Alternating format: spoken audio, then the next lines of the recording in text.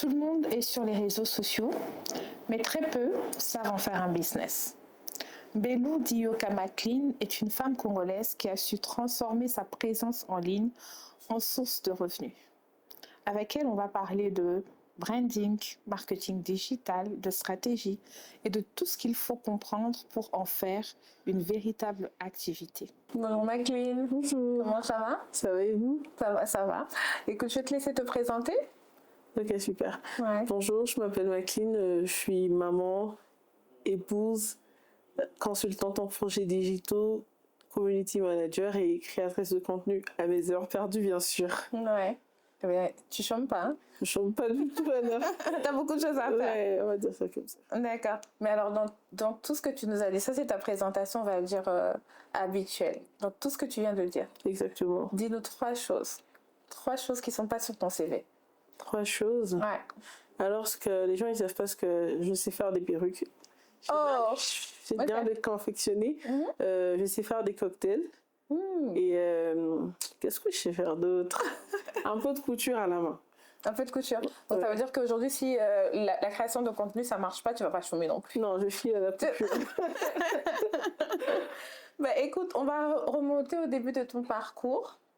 Est-ce que tu peux nous raconter ton enfance? Mon enfance, c'est quelque chose que j'aime pas trop évoquer parce que ça a bien commencé. Hein. Je suis partie d'une famille vraiment très modeste, très bonne. On manquait de rien. Mon père, il était architecte. Et voilà, mais malheureusement, il est décédé beaucoup trop tôt, alors que j'avais 7 ans. Beaucoup de gens, ils connaissent pas cette partie de ma vie parce que après ma mère, elle s'est remariée. Et mon beau-papa, c'est plutôt quelqu'un d'attentionné, de très présent, de très bien. Et la terre entière, sait que c'est mon papa. Donc voilà, mon enfant, je l'évoque pas beaucoup. Parce qu'après, il y a la partie où on a été séparés de notre mère. On est allé vivre en famille paternelle et là-bas, c'était vraiment que les épines. Okay. Je préfère ne pas en parler. Voilà. Puis à l'âge adulte, voilà, j'ai obtenu mon bac et j'ai beaucoup plus vécu en province. Là, je me suis installée à Kinshasa pour raison d'études, où j'ai obtenu mon diplôme de licence à l'université de Kinshasa en relations internationales. Par la suite, je me suis mariée et voilà, j'ai eu un enfant. J'ai ensuite fait une formation de marketing digital, la Digital School, dont je détiens un brevet. Donc voilà pour ce qui est de mon parcours. Ok. Et quel genre d'enfant tu étais? Est-ce que tu avais déjà des traits de caractère qui te conduisaient déjà à ta vie d'aujourd'hui, qui te menaient quelque part? Oui. Ouais. En fait, j'étais très têtue, j'étais un véritable garçon manqué. D'accord. J'aimais jouer au foot avec les garçons, grimper aux arbres et me battre. Ah oui. Mais aujourd'hui, dans ta vie de maman, de créatrice de contenu, parce que tu es consultante, tu es salariée, tu fais, voilà, qu'est-ce que tu penses que ces traits de caractère t'ont apporté? Qu'est-ce que ça fait comme différence? Déjà, je me rappelle que même à la fac, dans le milieu universitaire et professionnel, j'avais vraiment pas peur de me retrouver face à des hommes, de les confronter, parce que ça faisait que j'avais grandi dans une maison remplie d'hommes et que moi-même j'avais ce fort caractère. Et il y a même des jours où je dis un truc, je dis non. Mon mari me dit, tu crois que t'es en face des petits frères? Je suis pas ton petit frère, j'ai 5 petits frères. Et il me dit, hé, pardon, moi je suis pas ton petit frère. Donc ça a forgé en moi quelque chose, mais je suis très courageuse. Je peux avoir mal, mais je reste forte. Je peux vraiment être le plus mal possible, mais je reste forte comme ça. C'est important. Ouais. C'est important. Ok. Alors tu es souvent sur les réseaux sociaux, on te voit, on te connaît. Mais qu'est-ce qu'on ne sait pas? Qu'est-ce qu'on ne voit pas? Qu'est-ce que tu ne montres pas sur les réseaux sociaux? Ce que je ne montre pas, c'est par exemple ce challenge-là qu'il y a derrière la vie de maman et d'épouse. Parce que c'est un véritable métier à part entière, ça aussi. Je me lève tôt, à la demande de mon fils qui veut un bibi en plein sommeil. Je le donne. Je dois vite aller voir ce que je dois poster pour le matin, vérifier ce que les clients ils veulent, les messages et tout. Et ensuite, je dois attaquer la partie mari. Je dois voir, est-ce que sa tenue pour le travail, elle est prête, elle est bien, qu'est-ce qu'il a porté et tout. Parce que moi, je lui dis toujours, fais 2 pas comme ça, je vois ce que ça donne pour être sûr que c'est bien porté. Puis là, si j'ai travail, je dois déposer le petit chez sa grand-mère. Très vite, la personne voit ça sur mes réseaux. Ensuite, je vais travailler. Quand je termine, je le prends. Soit son père le prend, mais généralement, je préfère le prendre. Je le reprends, on va à la maison. Il y a la partie cuisine, je fais la cuisine. J'ai eu une ménagère, mais je suis jamais sûre avec les ménagères. Parce qu'à la base, j'ai fait 3 ans sans en avoir. Je m'en sortais très bien. Je suis plutôt du genre à vouloir avoir le contrôle sur tout. Donc voilà, cette partie de ma vie, personne ne la voit. On me voit toujours apprêtée, toujours souriante. Mais souffrir. Mais pourquoi justement tu ne montres pas, tu vois, les coulisses, en fait, comme tu dis, on a l'impression que tout roule, tu gères, tu assures. Non, mais le mais problème, c'est que si je ne montre pas beaucoup d'arrière-plan, c'est que à un moment donné, je me dis que c'est mes réseaux sociaux à moi. Mon fils et mon mari, ils n'ont rien demandé. Je préfère les préserver. Parce que si je dois montrer tout mon backstage, ça ferait que je dois aussi nécessairement les montrer. À une époque, moi, je faisais beaucoup de contenu love. Hein. Je m'affichais avec mon mari et tout et tout. Mais ensuite, j'ai fait face à du harcèlement. Parce que vous savez, moi, je me suis mariée et j'ai eu mon enfant. J'ai accouché à la 4e année de mon mariage. Donc, ça fait que toutes ces premières années, les gens, ils n'aimaient pas nous voir contents. Ils venaient m'écrire. Vous faites que rire ici. Les enfants, ils sont où? Vous vous affichez ici. Pourquoi vous n'êtes pas enceinte? Entre toi et ton mari, c'est qui le stérile? Tout ça, ça m'a refroidi. Il y a des gens qui écrivent pour dire c'est qui est stérile. Vous vous prenez la tête ici, mais vous n'avez pas de gosse, vous ne pouvez pas avoir d'enfant. Tu auras beau mettre tes bijoux, tout ce que tu veux, mais sans enfant, ça sert à rien. C'est comme ça que je m'étais dit, bon, je vais archiver tout ça. J'ai tout archivé. Et voilà, j'ai pris une autre direction artistique.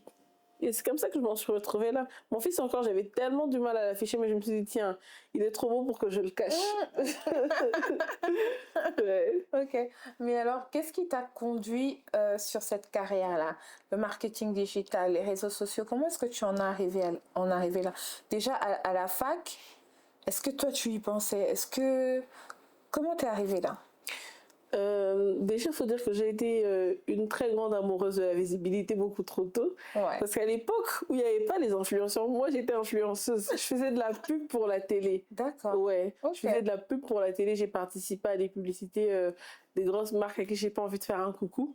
Et voilà. À l'université, j'y pensais pas, mais c'est vrai que j'étais toujours dans tout ce qui donne de la visibilité. J'aimais beaucoup avoir des jobs en tant qu'étudiante, hôtesse, aller à une soirée faire ceci ou cela. Tout ce qui me permettait d'avoir quelque chose pour moi, de manière propre, bien sûr. J'hésitais pas de me lancer. Et ça fait qu'après les études, à Kinshasa, quand on finit les études, on se retrouve bienvenue dans les chômeurs. Et je m'ennuyais. Il y a la sœur d'un ami, elle me dit je tiens une émission à Univers Télé. Viens, on va la co-présenter. J'aime bien ton ambiance, t'es drôle et tout. On y va, on tourne pendant 1 an. Ça se passait bien, on a connu du succès, les gens ils aimaient et tout. Et par après, la chaîne a été vendue malheureusement. C'est ce qui a fait qu'on arrête. Puis après là, je rencontre ma patronne, mon actuelle patronne. Elle me dit j'aime bien ce que tu fais et je trouve que tu peux le faire d'une manière assez professionnelle et tu peux même rentabiliser. Enfin, moi, j'y croyais pas. Après elle, moi, je dis qu'elle a toujours le don de voir en les autres ce qu'ils ne voient pas. Et voilà, j'accepte et c'est comme ça qu'elle me dit, elle me signe en tant que créatrice de contenu. Elle me challenge. Là, j'avais 2000 abonnés quand elle m'a pris à peine. Je suis passée de 2000 à 8000, de 8000 à 10 000, ainsi de suite.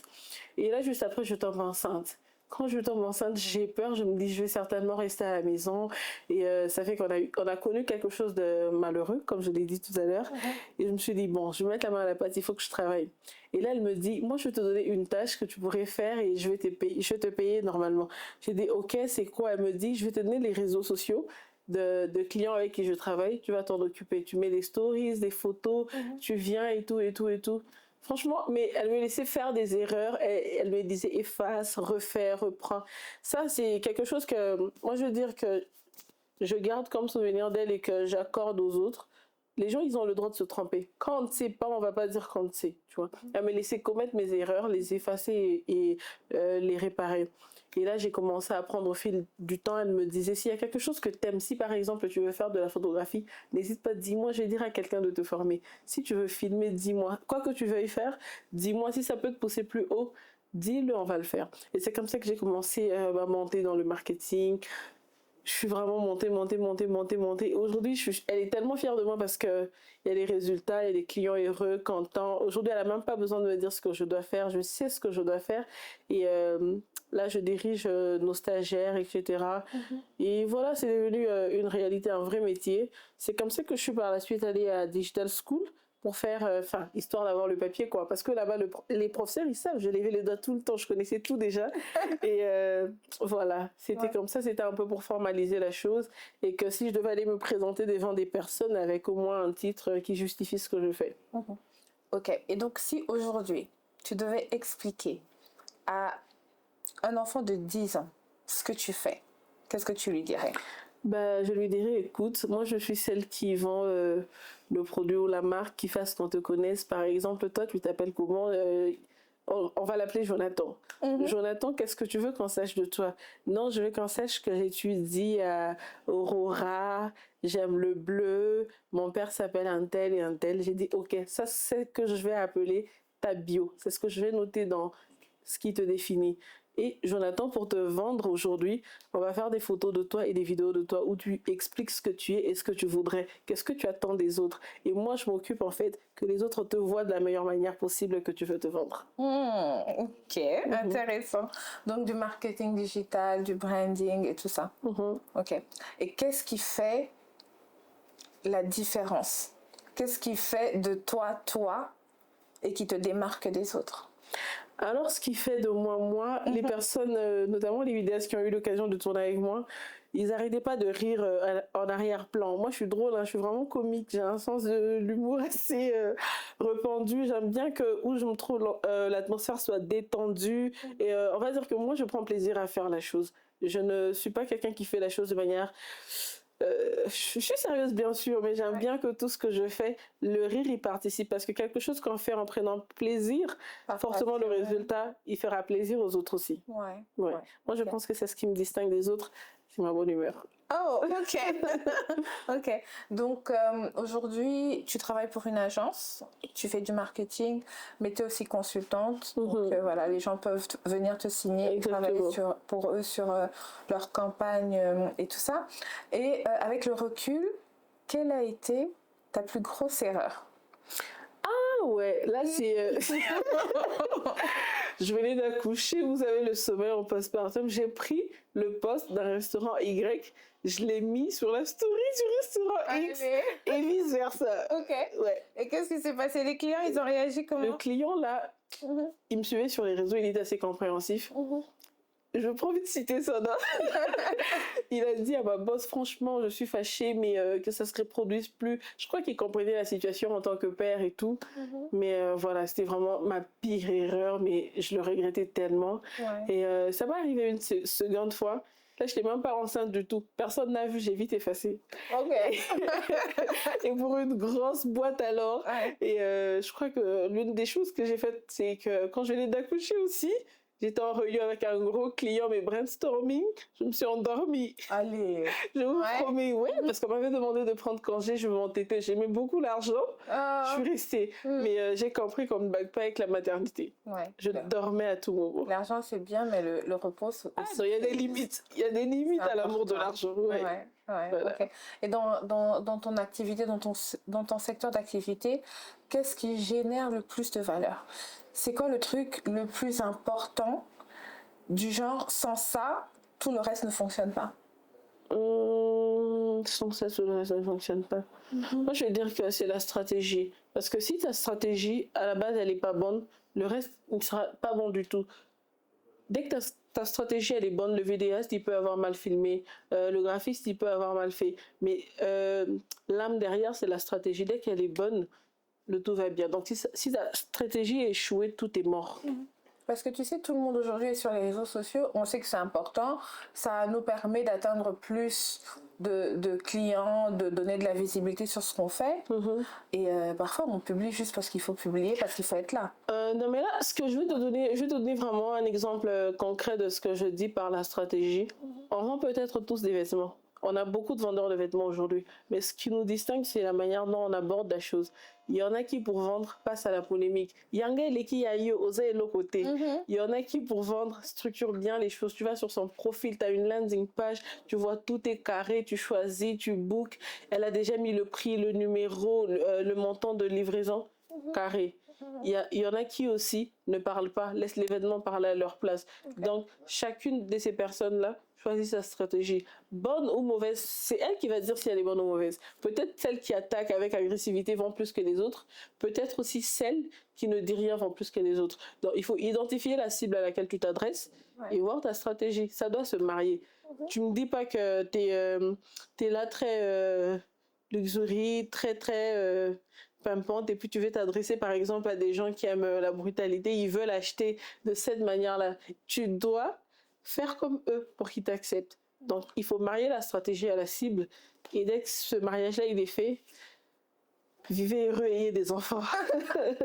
Toi, tu as eu de la chance d'être bien entourée, d'avoir une mentor qui te pousse, qui te soutient et tout ça. Mais est-ce que tu as eu d'autres conseils dans ton activité, et puis un conseil en particulier que tu as suivi et puis que tu as regretté après? Un conseil que j'ai suivi et que je regrettais... Non, il faut te dire que l'année passée, par exemple, j'ai fait une pause dans le marketing. Je me dis, enfin, pas une pause, je voulais y faire une croix carrément pour me lancer dans le commerce. Ça s'est mal passé parce que, enfin, juste depuis le moment où je me disais, tiens, la marchandise, là, on va se lancer. J'ai même créé mes pages, mes logos et tout. La marchandise n'est jamais arrivée. Elle est bloquée à ce jour, je ne sais à Matadini où. Enfin, la personne qui suivait les conteneurs et tout est en train de voir. Mais ça s'est vraiment pas passé comme je l'espérais.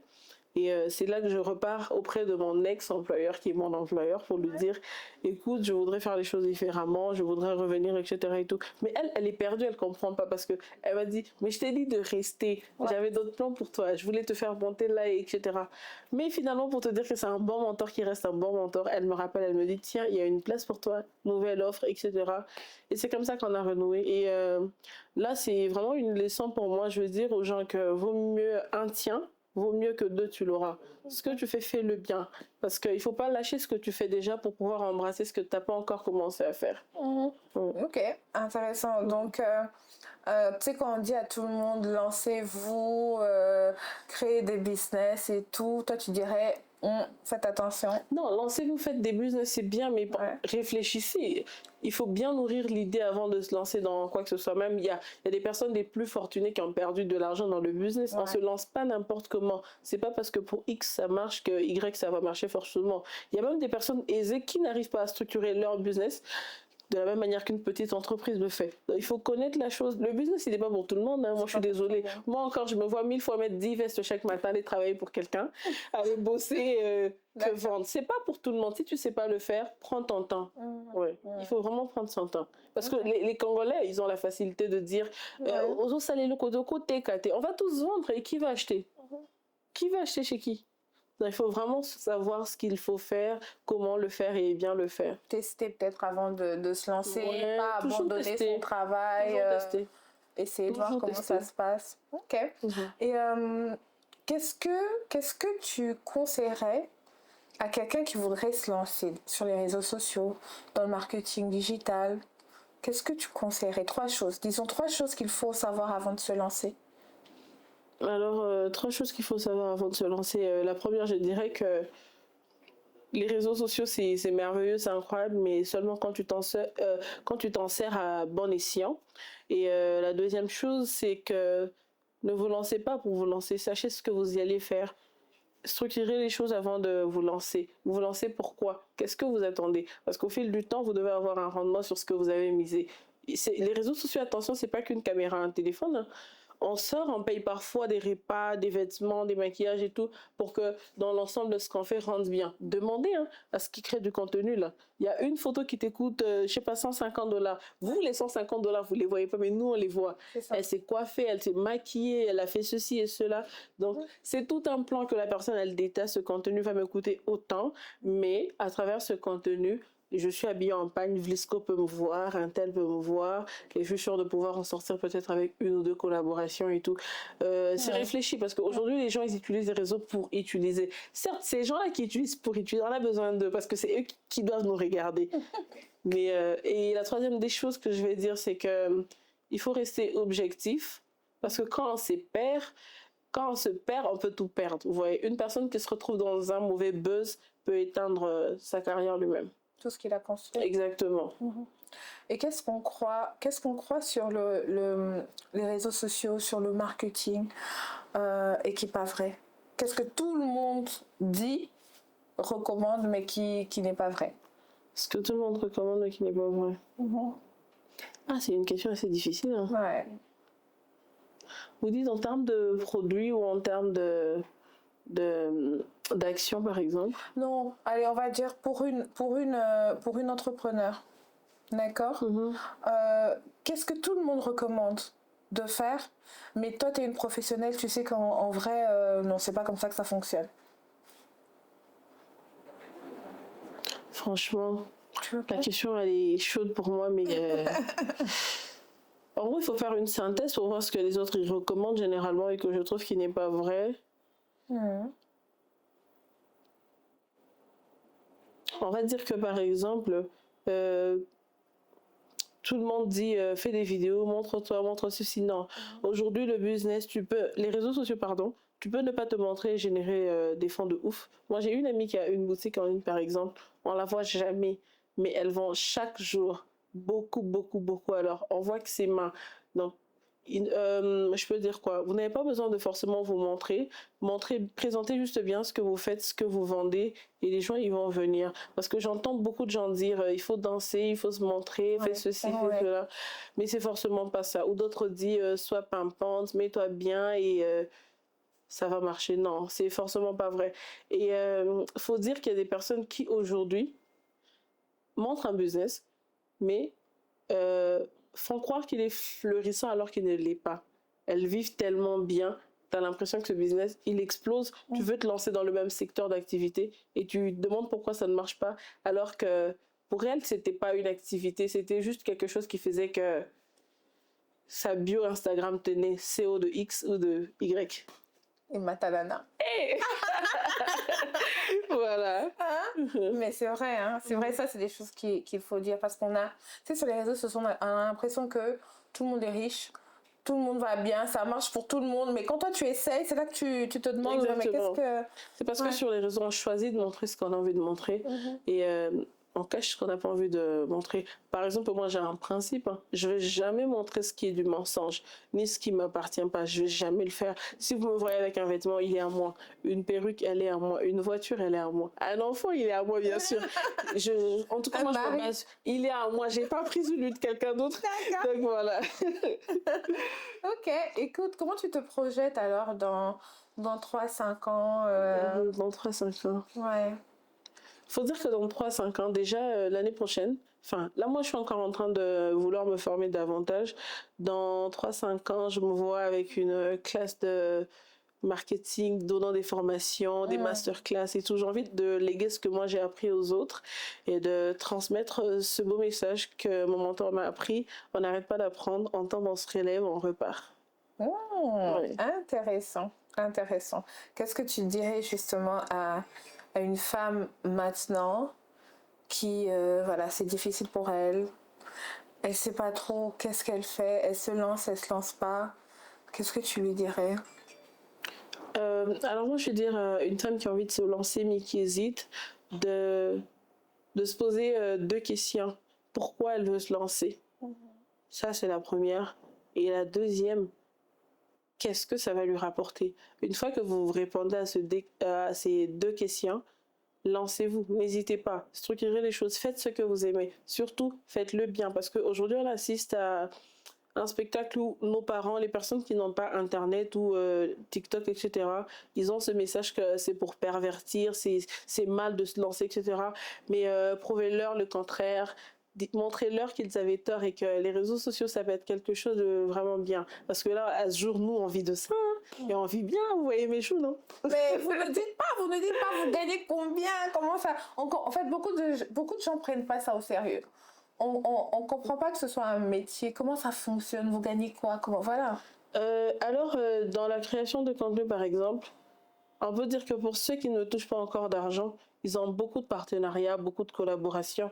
Par exemple, ça vous ferait bien plaisir d'aller au restaurant à tout moment, mais la vie de créateur et ses privilèges, c'est que tu peux aller dans des restaurants sans payer. Si les gens ils aiment bien ce que tu offres, ils peuvent dire tiens, viens manger. Même avec toute ta famille, ils te fournissent un budget, manger et fais-moi du contenu. Ça, c'est déjà bien. Parce que c'est pas donné de se payer un restaurant tout le temps. Et même les riches, ils y vont pas tout le temps. C'est structuré. Et tu peux avoir des produits de beauté qui te les envoient gratuitement pour que tu les montres. Tu peux même avoir des marques de vêtements, des voyages excessivement. Ça peut aller trop loin. Tu peux même avoir jusqu'à une voiture pour une collaboration. Et alors pour la partie de ce qui sont rémunérés, là c'est encore le jackpot parce que à partir du moment où c'est bien structuré et que par exemple il a signé une exclusivité avec on va dire une agence de paris sportif et qu'il est ambassadeur, cette personne-là, je vous dis, elle n'a même pas besoin de sortir, elle se couvre son drap parce qu'à la fin du mois, son compte il sonne. Elle est là en train de vendre, promouvoir le jeu, envoyer son code promo, ça et là. Et le code promo, c'est un retour sur investissement parce que chaque fois que vous venez de la part de ce deux-là, il prend une commission. Ce que vous voyez en route comme les Banakwata, nous on le fait aujourd'hui en 2.0. Prends mon code promo, Naza Manakwata. Dès que tu achètes là-bas, ça rentre pour moi là-bas. Donc c'est un retour qui vient directement.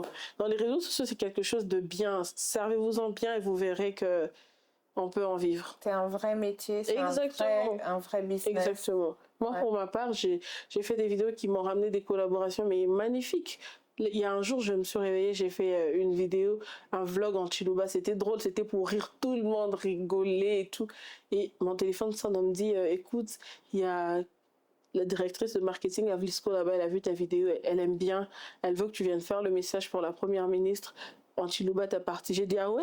C'était quoi? On était vendredi, on m'envoie un super wax Vlisco sur le champ, avec même l'argent de la couture. On me dit, tu te présentes dimanche, première heure. J'ai exécuté, je suis arrivée, j'ai fait le message. Je croyais toujours pas. Hein. Et puis après, mon mari et mon petit frère m'appellent, ils étaient en boîte de nuit. On t'a vu à la RTN, c'est tout de suite avec les mamies, il est là. J'ai dit oui, avec des grosses têtes. Parce que là, tu viens, tu filmes ta partie, tu pars, tu sais pas avec qui on la colle. C'est ça. Tu te vois avec des grandes dames. J'ai dit ah non. Et ça s'est pas arrêté là. Vlisco m'a rappelé pour faire partie d'un atelier. J'étais panéliste pour Vlisco, s'il vous plaît. Donc j'ai parlé pour eux, c'était bien. Et à travers les réseaux sociaux, franchement, il m'est arrivé beaucoup de bonnes choses et moi, je ne regrette pas de m'être lancée. C'est pour ça que tous les jours, je fais un effort de poster quelque chose. Les réseaux sociaux, franchement, pour moi, ça a été une bénédiction. Quand j'ai accouché, il y a une marque qui est arrivée ici, qui vendait des trucs pour enfants et bébés. Donc, toute l'année, la première année de mon fils, jamais on achetait de lait ou de couche. Il livrait tous les mois. Et moi, je m'occupais de faire la com, la publicité et tout. On nous livrait tous les mois, mais des cartons, on dirait des cercueils, des big cartons, du lait, des couches, des vêtements. Tout ce que tu veux, tu choisis dans l'appli. Dans les réseaux sociaux, c'est... Ouais. Et toi, tu as commencé à monétiser quand est-ce que ça a commencé à te rapporter vraiment? On va dire que c'était en 2020, enfin début 2023, non, 2022-23 comme ça. Ma boss, elle me dit, on va faire un truc pour une société, le taxi, je ne veux pas citer le nom. On fait le truc et... Moi, je pensais que c'était juste pour faire. On était habitués à des petites collaborations. Je vais la voir, elle me donne une enveloppe. Elle me dit, tiens, ça, c'est pour toi, pour les photos que tu as postées. J'ai dit, sérieusement, on peut gagner autant en postant une photo? Elle dit, oui, c'est ton argent. En plus, elle, c'est une personne, mais honnête. Si elle doit prendre 10%, c'est 10%. Mais elle est tellement honnête. J'ai jamais vu une personne honnête comme elle. Et ce que j'aime bien, c'est la confiance qu'elle me fait. Parce qu'elle, dans sa tête aussi, elle se dit que je suis tellement honnête. Elle peut m'envoyer prendre une somme. Jamais elle s'inquiète, même si je dors avec. Elle sait que demain, je vais renvoyer. Même si je la garde. Et moi, je trouve que c'est des valeurs qui sont télépathiques. Parfois, ça doit nous faire réfléchir. Ah, pourquoi cette personne, elle te tient si bien et tout ça. Je peux être comme elle. Si elle se comporte bien, je peux me comporter comme elle. Elle est tellement honnête, ça m'a aidé dans tout ce que je fais, dans même les petites enfin pas les petites personnes, mes petits employés que je dois payer. J'essaie de me comporter de manière la plus correcte possible. Même si moi je suis pas payée, je paye au moins les honoraires des autres. Moi je vais attendre, même avec la ménagère et tout. Franchement, je veux dire qu'elle a été un modèle vraiment pour moi et merci beaucoup.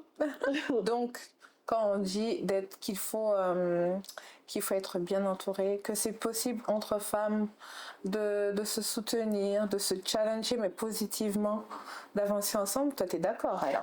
Ah ouais, mais pour ça, mais je suis hyper d'accord. Ça fait un moment à Kinshasa que j'ai compris qu'on a beaucoup de femmes, mais incroyables, dont vous parmi, que je viens de découvrir. Parce que on a le cliché des femmes quinoises qui aiment trop qu'on les voit, qui aiment trop être attachées aux hommes, qui aiment trop qu'on les prenne en charge et tout. Mais moi, je suis bluffée à chaque fois parce que là, je suis sortie du Makutano, je suis allée voir, j'étais étonnée. Il y a une femme que moi je connais sur les réseaux parce qu'elle vend des robes. Mais derrière ces robes, c'est une grande dame. Elle te prend des vêtements qu'elle transforme en, je sais pas, du solide comme du bois. Elle crée des meubles avec. Et toutes ces personnes-là avaient des histoires. Tu vois, une jolie fille, fin, mais tu la vois en route, tu veux pas te demander, mais la fille, elle fabrique des machines qui peuvent faire des métiers et tout. Donc, elle peut monter une usine entière. Donc, je me rends compte que de plus en plus à Kinshasa, il y a des femmes incroyables. Et depuis vraiment 2-3 ans, je marche en business avec les femmes. Moi, je veux que les gens me ressemblent, qu'on se ressemble, qu'on se comprenne. Quand je poste un truc, je sais que au moins il y a 10 noms certains qui vont réagir ici parce que ça leur parle. Et aujourd'hui, en 2026, si vous voyez mon compte, j'ai pris une direction artistique, le français, parce que j'ai pas envie que les gens qui parlent en lingala me regardent. Pas pour dénigrer, mais c'est parce que cette niche de personnes se sont distinguées dans les injures. Et quand on entend lingala congolais, on sait déjà qu'il va en sortir quelque chose. Tu baisses même ton volume. Mais aujourd'hui, je parle en français. Je fais mes vidéos en français. Je vois des drapeaux ivoiriens qui commentent, des drapeaux camerounais, tous les pays. Dès que tu vois seulement quelqu'un écrit et qui est, je sais déjà que c'est camerounais. Dès qu'il a écrit déjà, je sais que c'est ivoirien. Toute la communauté francophone d'Afrique, là, ils viennent. Et moi, ça me fait plaisir. C'est tout ce qui compte pour moi. Ça t'ouvre les portes, ça ouvre ton univers. Exactement. Tu peux communiquer avec d'autres personnes en dehors du pays, en dehors de... Ok. Mais tu sais qu'il y a beaucoup de femmes, justement, on en parlait un peu avant, qui ont des parcours incroyables, qui ont des carrières, qui ont des histoires à raconter et qui peuvent vraiment être impactantes, mais qui ne sont pas sur les réseaux sociaux. On ne les connaît pas, on n'en parle pas. Au contraire, il y a beaucoup de gens qui font beaucoup de bruit et puis concrètement, il n'y a rien derrière. Mais...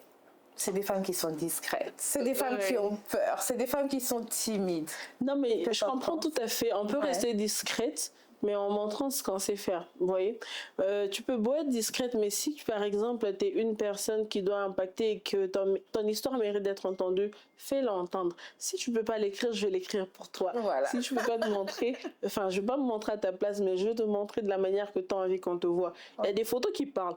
Il y a, par exemple, si je pose comme ça, tu sais tout de suite quel genre de fille je suis. Si je pose comme maman Denise comme ça, tu sais tout de suite que je suis une boss lady ou quelque chose comme ça. Donc, il n'y a rien que l'expression ou, comment je veux dire, le message visuel qu'on vend peut définir une personne. C'est ce qu'on dit tout à l'heure, non? La personne qui danse sur le réseau, qui se trémousse, on la catégorise tout de suite. Et celle qui fait de la lecture tout le temps, on la met quelque part dans une case. Et celle qui ne dit rien tout de suite dans une case. Donc, n'ayez pas peur de vous lancer, surtout...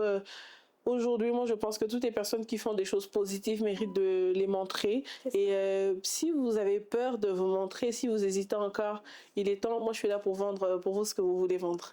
Enfin, pas toujours vendre, mais promouvoir aussi ce que vous voulez promouvoir. Communiquer. Ouais, exactement. Ouais. Ok, super. C'était une conversation intéressante. Tu sais que moi, je suis pas très influence et tout ça. Mais voilà, je vais te laisser conclure. Le mot de la fin. Voilà, je suis très contente d'être là. Je vous remercie énormément de m'avoir laissé m'exprimer. Et ça fait vraiment plaisir de parler à une femme, d'être entendue par une femme. Et j'espère que beaucoup de femmes derrière leurs écrans seront impactées par ce qu'on vient de dire. Et si j'ai quelque chose à dire en ce mois de la femme pour conclure en beauté, c'est que aimez-vous, choisissez-vous, soyez des femmes impactantes et inspirez les autres. Merci, Maclean.